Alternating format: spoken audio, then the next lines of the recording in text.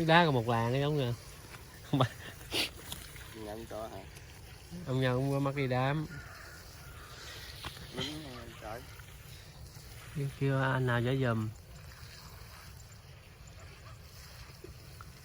Thằng dọn gì vậy? Mệt chết luôn. Chết. Lính này chuột hả? Chút chiên. Chạy đi mua thêm 8 mấy ngàn đầu chiên nữa. Bên trong hả? Qua không nghiệp á. Rồi đồng cổng hả? Đúng rồi. Rồi nó bán được. Cái bà mà cho dưa cải á. Phải cho rau nhiều.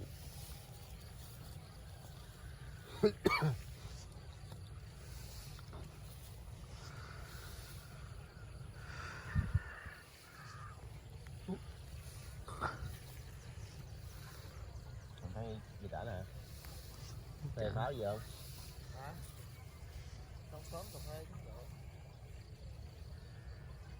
Cục gì tới chưa? Chưa. Nước mày hả?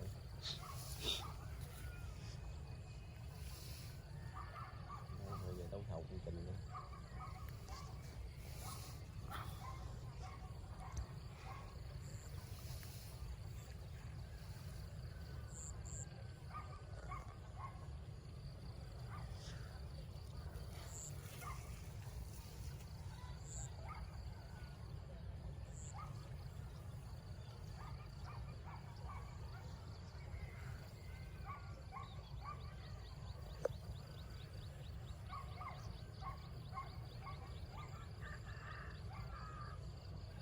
Mình cọc cũng hơi lâu à, tới hai bên luôn.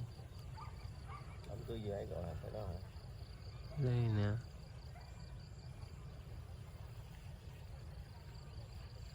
Chú gì 3 giờ ông xuống rồi. Tưởng nó ăn trộm không chứ? Nó không.